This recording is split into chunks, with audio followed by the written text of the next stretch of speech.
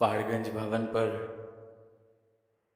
2 वर्ष पहले भी इस प्रकार इस मैदान में सत्संग करने का अवसर मिला था और आज फिर एक बार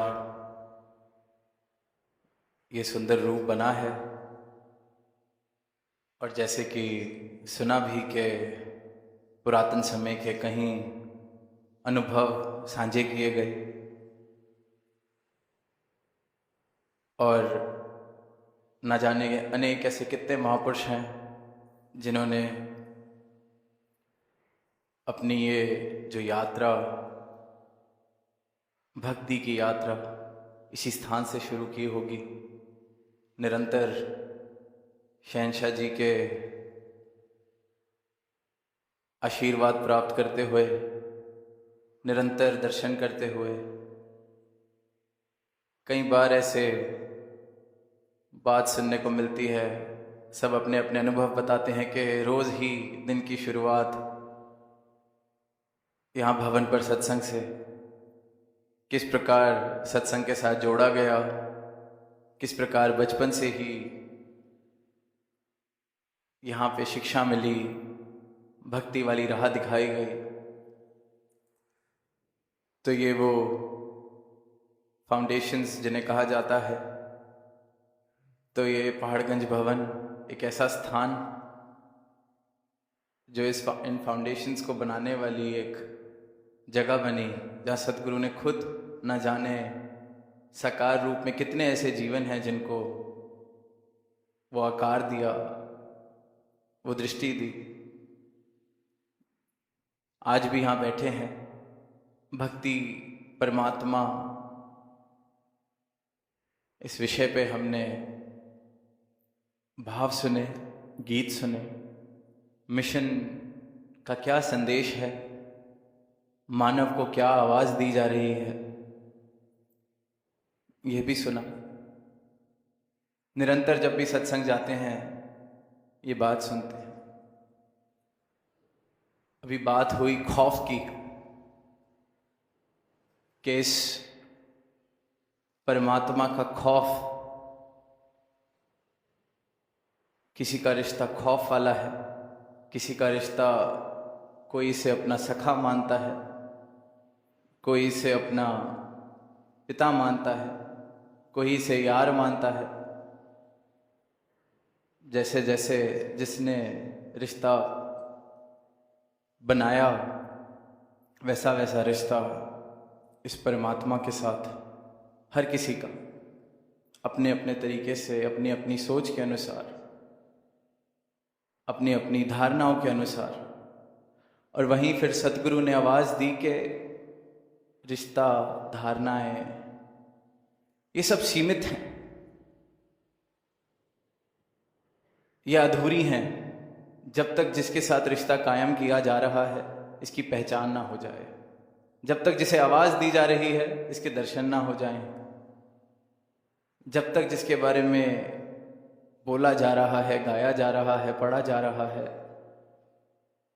जब तक इसके दर्शन ना हो जाए। और सतगुरु ने इसी सत्ता के दर्शन कराए। मानव को यही कहा कि इसको जान लिया जाए, इस एक को जान के इसकी प्राप्ति कर ली जाए, फिर भक्ति की शुरुआत है। इसलिए फिर वो पंक्ति भी के नाम है दारू सब रोगां दा। हर रोग जो इस मानव को जिसने पकड़ा हुआ है उसकी दवाई ये नाम है। क्योंकि जैसे ही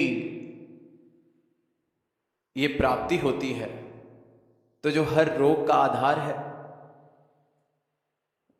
वो मेरी अज्ञानता है, वो अज्ञानता जो मुझे कर्ता बना देती है अपने जीवन का।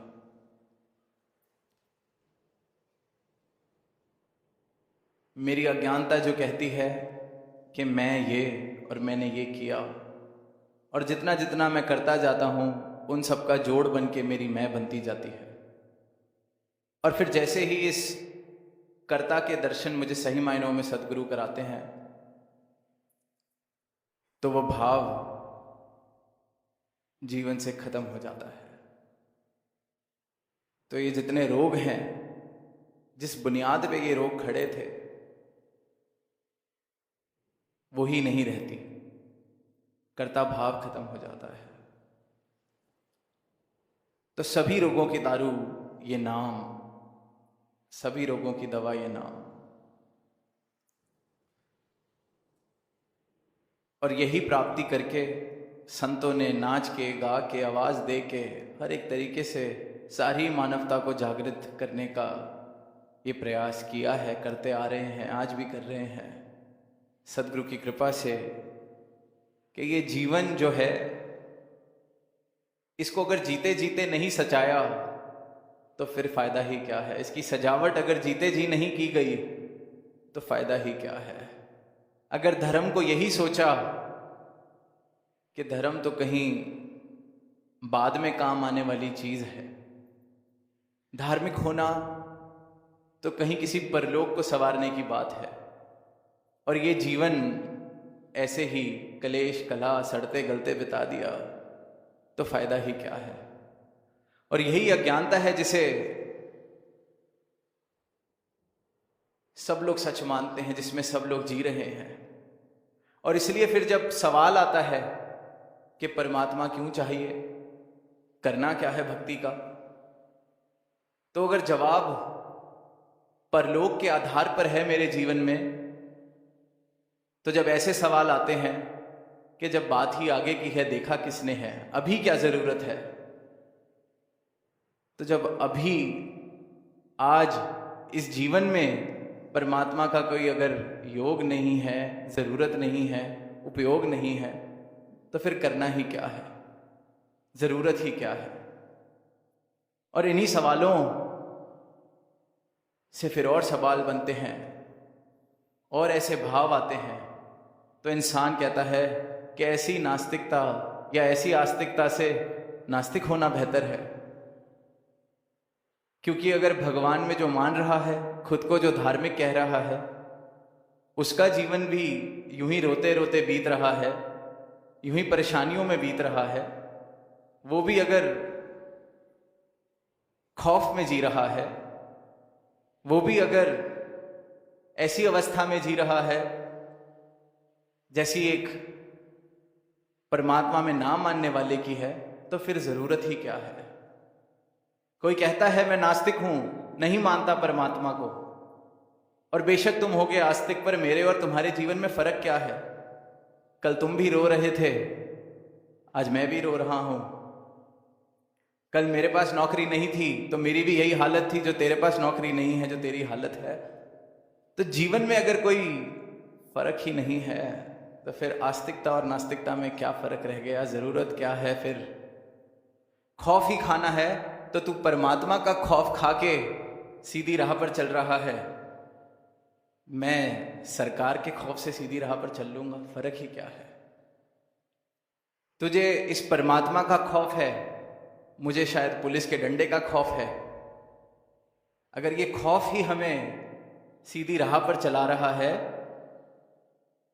तो मुझे डंडे का और तुझे तेरे सजाए हुए बनाए हुए परमात्मा का, पर मूल रूप से हम दोनों में फर्क क्या हुआ। मैं सजा से डर रहा हूं इस लोक में, तू शायद परलोक की सजा से डर रहा है। अगर यही भक्त होना है तो फिर मैं इस सरकार का या पुलिस का भक्त हो गया, तू अपने बनाए हुए परमात्मा का भक्त हो गया। अगर खौफ ही भक्ति है, अगर डर ही भक्ति है, तो इसका मतलब तो ये हुआ कि अगर कोई नियम बन जाए कि इस हफ्ते कोई भी जुर्म की सजा नहीं मिलेगी, कोई किसी को खून कर दे, कोई किसी के डाका डाल ले, कोई किसी के साथ जो मर्जी व्यवहार कर ले, एक हफ्ते के लिए सारे कानून बंद, तो कितने लोग हैं जो ये कह सकेंगे कि हम कुछ गलत नहीं करेंगे। जिसकी जितनी जितनी सोचने की क्षमता, जिसके अंदर जितना जितना ताकत, किसी में अगर किसी के 100 रुपये चुराने की ताकत हुई वो 100 रुपये चुरा लेगा, किसी में किसी को पूरी तरह से बर्बाद करने की ताकत हुई वो पूरी तरह से बर्बाद कर देगा। क्योंकि अगर डर के कारण ही अच्छाई पैदा होगी तो अच्छाई तो पैदा हुई नहीं, परिवर्तन तो हुआ ही नहीं। अगर डर के कारण मैं सीधे रास्ते पर चल रहा हूं तो मैं तो मौका जिस वक्त मिलेगा, जिस पल मिलेगा, कि जिस चीज का डर है, जिस परिणाम का डर है, जिस कॉन्सिक्वेंस का डर है, अगर वो इक्वेशन से हट जाए तो फिर तो मोटिवेशन ही खत्म हो गई सीधी राह पर चलने की। तो डर की एक सीमित उपयोगिता है, काम आता है। इसलिए जब पढ़ते हैं दार्शनिकों की बातें, उन्होंने कहा कि धर्म उन लोगों ने बनाया जिन लोगों ने आम जनता को बेवकूफ बनाना था, डर डालना था और अपने मुताबिक चलाना था। इसलिए धर्म का इस्तेमाल किया गया कि लोगों को कहा गया खुदा से डरो, अगर ऐसे नहीं करोगे तो खुदा सजा देगा।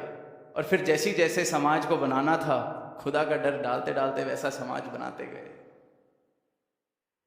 पर हम अपने जीवन में देखें, अगर किसी डर के कारण ही सीधी राह पर चल रहे हैं, बेशक हम कहें हमने इस परमात्मा के दर्शन किए और सिर्फ इसके डर से मीठा बोलते हैं, इसके डर से संगत जाते हैं, इसके डर से किसी के साथ फरेब नहीं करते, तो इसका मतलब तो ये हुआ कि मन में तो बहुत ख्याल आता है कि इसके साथ थोड़ा सा फरेब तो कर ही सकते हैं, पर फिर डर आ जाता है। चलो ये भी मुबारक है, डर के कारण एक साफ सुथरा समाज बना हुआ है। पर जब तक डर है, जब तक डर वाला रिश्ता है, तब तक इसका मतलब यह है कि एक छोर पर डरने वाला खड़ा है और दूसरी तरफ जिसका डर है वो खड़ा है। तब भी दो ही हुए, एक होने का उपाय डर के रिश्ते में नहीं है। अच्छी शुरुआत है, अच्छा समाज है, अच्छी मर्यादाएं हैं, पर अब जैसा समाज है, जैसा समय हम देख रहे हैं, आज से 50 वर्ष पहले की कोई जब बात सुनाता है कि समाज कैसा था, तो उन बातों से आज का जो युवा है उसे लगता है ये कैसे ज़माने की बात की जा रही है। कोई कहता है कि हम तो अपने पिता के आगे आंख उठाकर भी नहीं देख सकते थे, इतना डर था। और आज युवा कहता है कि मेरा तो सबसे खास मित्र ही मेरे पिता हैं। डर का रिश्ता नहीं रहा, मर्यादाएं बदल गईं, समाज बदल गया। तो ठीक क्या है, गलत क्या है, कैसे बताया जाए? अगर 50 साल पहले, 60 साल पहले समाज की, परिवार की जो मर्यादाएं थीं, आज वो मर्यादाएं बदल गईं। आज वो बातें सही नहीं कही जाएंगी अगर कहा जाए कि डर का रिश्ता है। आज बल्कि कहा जाता है घर पे डर का माहौल ना हो, प्रेम हो। और वहीं अगर ऐसे समाज में जीता हुआ इंसान कहे, उसे कहा जाए देख डर है, डर कितना जरूरी है, तेरे परिवार को जोड़ा हुआ है डर ने। अब डर खाना है, खौफ खाना है, तो इससे खा, इस परमात्मा से खा। शायद 50 साल, 60 साल पहले के युवा को बात समझ आएगी क्योंकि डर उसके जीवन का आधार था। पर आज वो कहेगा डर तो डरे तो हम किसी से नहीं, सुनते हैं जैसे फिल्मों के डायलॉग कि डरता तो मैं अपने बाप से भी नहीं, क्योंकि डर खत्म हो गया, मित्रता आ गई परिवार में। तो जिसने डर को छोड़ ही दिया है, फिर वो परमात्मा से भी क्यों डरेगा? वो कहेगा कि परमात्मा तो सबको बनाने वाला है। एक तरफ वो गीत हैं, बुल्ले शाह के, जहाँ नाचा जा रहा है, गाया जा रहा है, और तुम कहते हो खौफ खा। फिर खौफ ही खाना है तो पुलिस के डंडे का खौफ।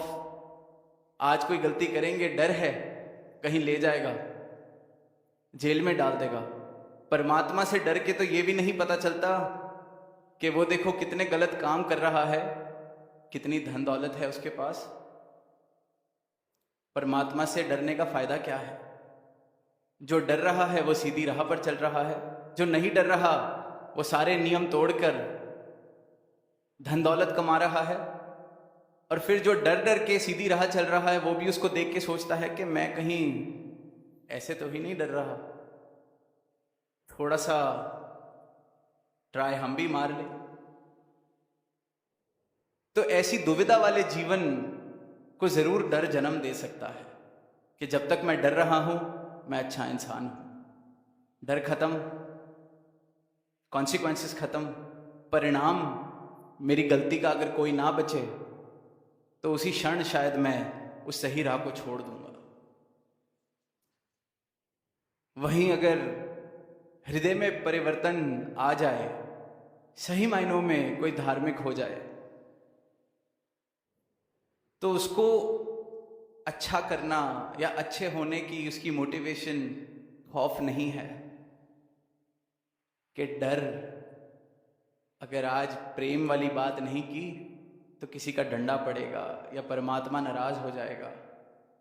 उसका हृदय खुद प्रेम से भर जाता है, फिर वो इस परमात्मा के प्रेम में होता है, तो उस प्रेम से उस जीवन में परिवर्तन आता है। अगर डर ही है मूल और आधार,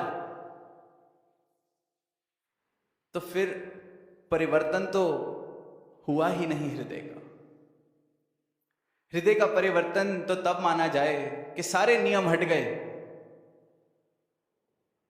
कोई किसी को सजा नहीं देगा, फिर भी प्रेम वाला हृदय तो प्रेम ही करेगा। प्रेम वाला हृदय कहेगा कि जब है ही प्रेम तो प्रेम ही है। नियम बेशक हट गए हों, पर जब नियम थे तब भी प्रेम, जब नियम नहीं है तब भी प्रेम। जब नियम थे तब भी अच्छे इंसान, जब नियम नहीं है तब भी अच्छे इंसान। तो अच्छा इंसान जो बार बार हम सुनते हैं, बाबा जी की वो पंक्तियां आज भी कविता में सुनी कि कुछ भी बनो मुबारक है पर पहले इंसान बनो। तो सदगुरु मॉरलिटी की के मॉरल साइंस की क्लास नहीं है। हमें लगता है कि ये तो बचपन से सुनते आ रहे हैं बातें, हर क्लास में कहा जाता है, हर टीचर कहता है। क्लास में मॉरल साइंस की क्लास में सुनते हैं, तो सदगुरु ने बात इतनी साधारण सी कह दी। साधारण मेरी सोच है कि मैंने उस पंक्ति को भी अपनी साधारण बात में कि अच्छा इंसान ही तो बन के रहना है, सारी दुनिया ही बनी हुई है। फिर जो डर से बनी हुई है वो भी कहते हैं कि तुम सदगुरु के हुक्म में डर में अच्छे इंसान हो। हम पुलिस के डर से अच्छे इंसान हैं, पर जो सदगुरु का वचन है कि पहले बस इंसान बनो के हृदय में, जीवन में इस प्रकार का रूपांतरण हो, इस प्रकार का हृदय में परिवर्तन आए कि तुम अच्छे इंसान, सही मायनों में अच्छे हो गए हो। किसी डर से नहीं, किसी खौफ से नहीं कि कल कोई नरक में डाल देगा, कल कोई नाराज हो जाएगा, कल कोई ये कह देगा, कल कोई वो कह देगा। क्योंकि अगर ऐसा हुआ तो ऊपर ऊपर से जीवन मेरा जरूर अच्छा हो सकता है, मेरे कर्म अच्छे हो सकते हैं, पर मेरे अंदर की अवस्था आनंदित नहीं होगी, आनंदमय नहीं होगी। क्योंकि अंदर तो मैं सारे वो गलत काम करना चाह रहा हूँगा जो मैं बाहर डर के कारण नहीं कर रहा। अंदर तो मैं सोच रहा हूँगा कि इसको नुकसान पहुँचा देता अगर ये डर नहीं होता, इसको नुकसान पहुँचा देता अगर परमात्मा नहीं देख रहा होता, इसके साथ मैंने ये कर देना था अगर परमात्मा नहीं देख रहा होगा। डर, पर अवस्था आनंद वाली तो नहीं बनी। आनंद तो तब है कि हृदय में वह ही प्रेम रहा है, वह ही प्रेम रहा है। क्योंकि प्रेम के स्रोत से जुड़े, प्रेम से जुड़े, जीवन में प्रेम आया तो भक्ति में जो इकमिक अवस्था आती है वो प्रेम से ही आ सकती है। क्योंकि जब तक डर है तब तक दो होंगे, एक नहीं हो सकते। जिसका डर है और जो डर रहा है, दो। और प्रेम, प्रेम में तो कह ही दिया है कि प्रेम गली अति सांकरी, जामे दो ना समाये। और प्रेम की अवस्था जो भक्त की है, वहां पर तो प्रेमी बचता ही नहीं, सिर्फ प्रीतम रहता है। एक हो जाते हैं, एकमिक हो जाते हैं। तो ये एकमिक हो जाना भक्ति है, एकमिक हो जाना जीवंत मुक्ति है। डर, डर समाज को अच्छा रखने के लिए, सुंदर रखने के लिए जरूर उसका इस्तेमाल किया जाता है, नियम बनाए जाते हैं। जैसे घोड़ों के बारे में भी पढ़ते हैं, 3-4 श्रेणी के घोड़े बताए जाते हैं। एक है जिस पर चाबुक मारा जाता है तब चलता है। एक है इतना अड़ियल होता है कि चाबुक मारो तब भी नहीं चलता है। एक है जो सिर्फ चाबुक की दृष्टि पड़ जाए, देख ले तो चल पड़ता है। एक है जिसे ज़रूरत नहीं किसी भी चीज़ की, श्रेणी की बात है। अब हम कौन सी श्रेणी में जीवन जी रहे हैं, क्योंकि डर भी सब पर काम नहीं करता। कितनी दुनिया को देखते हैं, कहते हैं खुदा का खौफ खाओ, खौफ खाओ, पर उनकी चाल जैसी वो चल रहे हैं चलते ही जाते हैं। तो डर भी सब पे काम नहीं करता। जैसे वो घोड़ा, जितना चाबुक मार लिया जाए चलता ही नहीं, अपनी मनमर्जी का है। फिर जिन पे डर काम करता है, तो जब जब चाबुक पड़ता है वो उतना चलते हैं, उस घोड़े की तरह। जिसमें थोड़ा सा डर इस प्रकार का आ जाए कि नहीं ये पड़ ही ना जाए कहीं चाबुक, तो चाबुक को देखते ही, उसकी सोच करते ही, डर की सोच करते ही चलने लगता है। श्रेणी बदल गई कि इसको डराना भी नहीं पड़ता।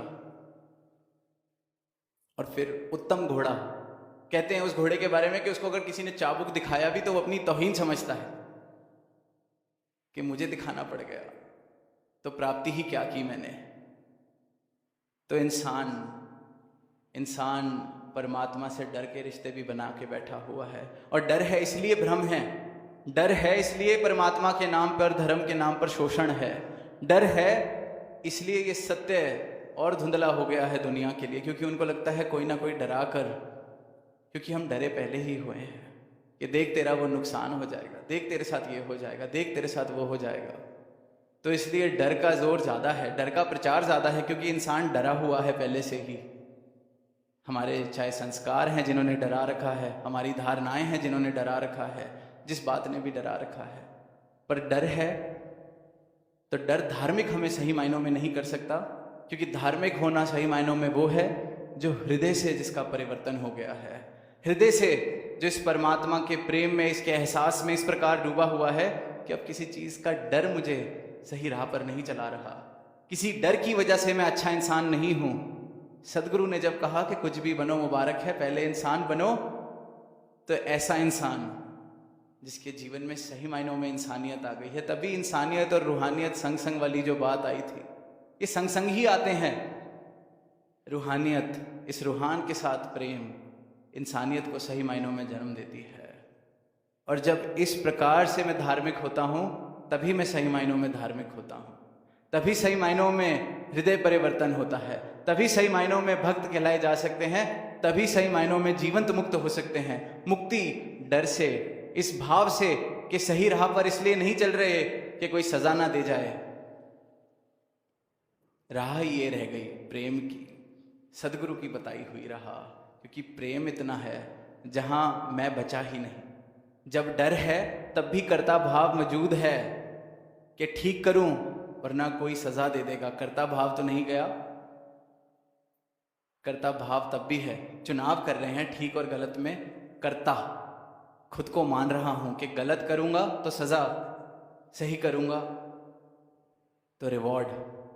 और फिर मन में भाव आते हैं मैं तो सारा जीवन अच्छी अच्छी चीजें करता रहा, सही राह पर चलता रहा, कुछ प्राप्ति ही नहीं हुई, इससे अच्छा।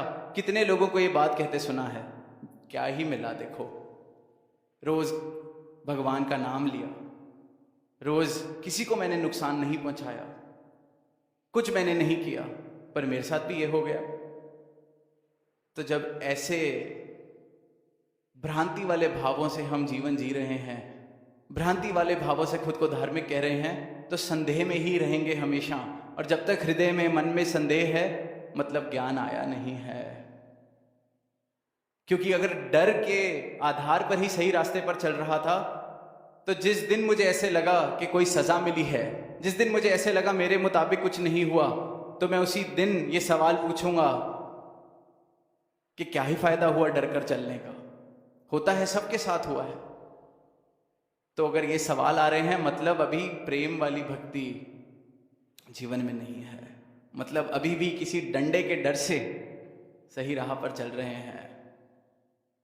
वरना इंसान ये ना पूछे फायदा ही क्या हुआ, फायदे के लिए चल रहे हैं, या किसी दुख से बचने के लिए सही राह पर चल रहे हैं, या किसी सुख की कि चलो सजा नहीं मिलेगी तो रिवॉर्ड मिलेगा, इनाम मिलेगा, और दोनों में से कुछ नहीं मिलता तो मैं सवाल पूछता हूं फायदा ही क्या हुआ।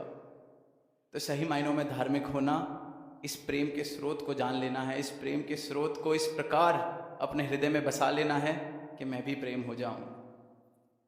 सही मायनों में वो जो बात है कि कुछ भी बनो मुबारक है, पहले बस इंसान बनो। इंसान जो परिवर्तित होके मैं इंसान बन जाऊं, किसी डर की वजह से नहीं, किसी खौफ की वजह से नहीं। प्रेम, प्रेम हो आधार मेरे जीवन का, क्योंकि फिर प्रेम ही मुझे रूपांतरित करेगा, प्रेम ही मेरे आनंद का स्रोत बनेगा। और सदगुरु के चरणों से, इस दातार से मेरा प्रेम ऐसा हो कि मैं भी प्रेम होता चला जाऊं। फिर ये भक्ति, फिर ये एकमिक होने वाली अवस्था के मैं करीब पहुंचूंगा। जितना जितना प्रेम मुझ में आता जाएगा, उतना उतना मैं करीब, उतना उतना मैं खत्म होता जाऊंगा। तो डर शुरुआती तौर के लिए अच्छा है, पर आगे बढ़ा जा सकता है, क्योंकि उससे उत्तम अवस्था सदगुरु हमें देने आए हैं। उससे उत्तम, सर्वोत्तम अवस्था सदगुरु हमें देने आए हैं प्रेम की, एकमिक होने की। और प्रेम ही आधार है भक्ति का, और प्रेम ही प्रमाण है भक्ति का। तो दातार ऐसी मेहर करे कि ये इस प्रकार इस दातार का एहसास जीवन में आए, इस प्रकार ये सत्य जीवन में आए, सदगुरु का ज्ञान मेरे रोम रोम में इस प्रकार आए कि मैं वाकई ही हृदय से परिवर्तित हो जाऊं, बदल जाऊं। ये ख्वाब में भी बात ना है कि अगर डर ना होता तो इसके साथ मैं ये कर देता, क्योंकि फिर वो डर मेरी कायरता भी है कि मेरा डर है इसलिए क्योंकि मैं कायर हूं। तभी वो दास ने शुरू में कहा, जब नियम भी हट जाएंगे तो जिसमें जितनी क्षमता होगी उतना उतना वो नुकसान कर लेगा। अगर कोई डरता ही रहा, नहीं कोई मुझे ही ना मार दे, वो कुछ नहीं कर पाएगा। तो डर के दोनों तरफ के पहलू हैं, पर प्रेम एक ही रहा है, एकमिक होने वाली। और प्रेम का मतलब ही एकमिक हो जाना है, प्रेम का मतलब ही एकमिक हो जाना है। और भक्ति सिर्फ और सिर्फ प्रेम, संपूर्ण प्रेम सदगुरु के चरणों से, इस दातार से। तो जहाँ पुरानी बातें, पुराने भाव, जिसे नॉस्टैल्जिया कहा जाता है, शायद बहुत संतों ने आज वो एक्सपीरियंस किया होगा, तो वहीं अब समागम भी आने वाला है।